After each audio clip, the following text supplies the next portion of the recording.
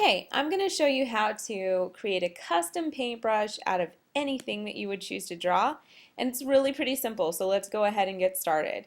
The first thing that you're going to do is you're going to double click on your background, hit OK, and then we're going to create a new layer, Command Shift N, new layer, and go ahead and drag your background layer into the trash. Whoops, let's try that again. There we go. And now you can start drawing or painting whatever you want. And there's a couple different ways you can draw. I'm going to draw using my shape tool because I'm drawing a pretty simple object. I'm going to draw a coffee bean. And so I'm going to just go ahead and pull an oval shape here. And I'm in pixel mode, which the option for pixel mode is up here in this menu, or you may have a drop down menu that gives you that option as well. And then I'm going to go into Edit, Transform, and Warp. And go ahead and just make that coffee bean a little less perfect because coffee beans usually are a little misshaped. So that's looking a little better to me. And now every coffee bean has kind of a little cut out area in the center there. So I'm going to draw that using the pen tool.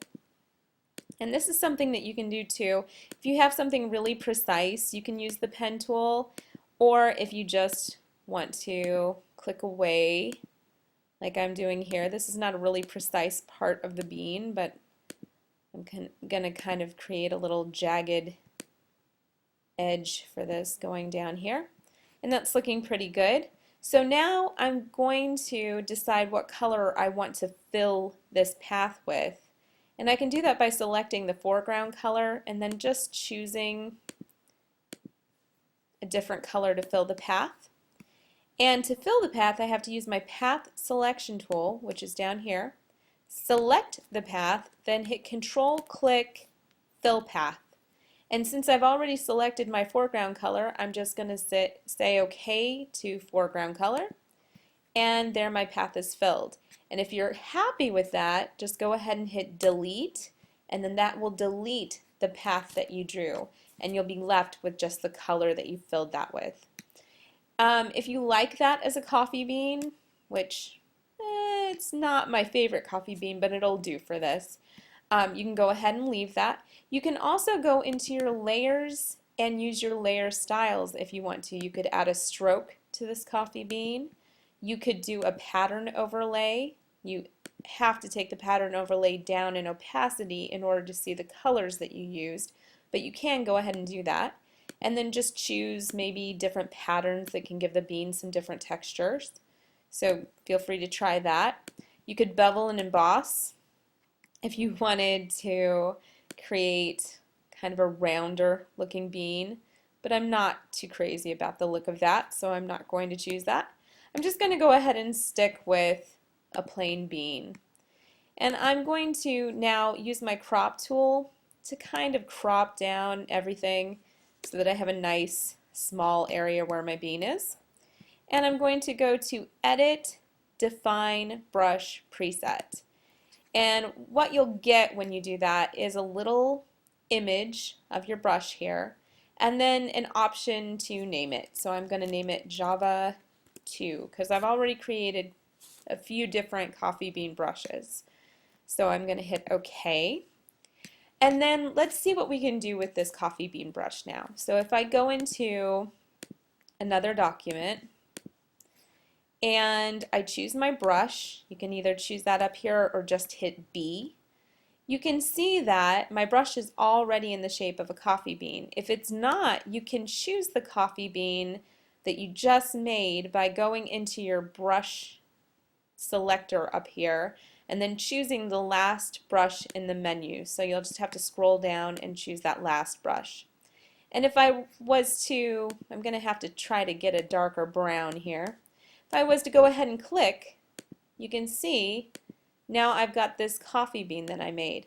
And it's showing up in the brown color that I've chosen down here. Now if I wanted a green coffee bean, I could just choose a green color. And now I have a green coffee bean. But if I try to paint this coffee bean across, you'll see what happens is it acts more like a line than like a whole bunch of coffee beans. So in order to change that, I need to go to Window, Brush, and then I'm going to get this neat menu here. And I need to click at the top, Brush Tip Shape, and then look at this little scrolling bar down here. I can space out my coffee beans until I start to see enough space in between there to see them as individual beans. So that really helps a lot. Then I can click on Shape Dynamics and take my size jitter up a little bit. And jitter just means that it's varying the sizes. So if it's a size jitter or if it's any kind of jitter, if you take a jitter up, it just means you're going to create a variety of whatever you're doing. So in this case, it's a variety of sizes. We can go to scattering as well, and we can kind of scatter the beans so it looks like they're just kind of scattered around. Or you can go to no scatter, and then they won't overlap like they would if they were scattered. So if you're happy with that, you can go ahead and paint across, and you'll see that you get a variety of different sizes of beans. And if I wanted to do a different color, I could choose, whoops, let's try,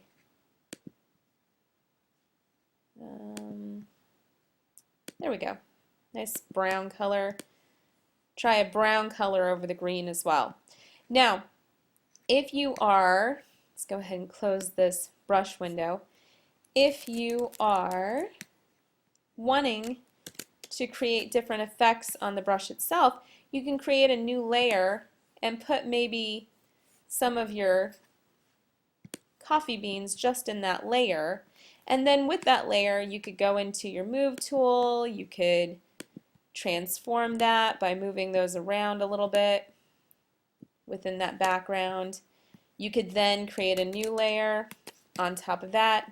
To create a new layer, that's always Command-Shift-N. Grab your paintbrush and then maybe grab the green color again and then go over the top of those.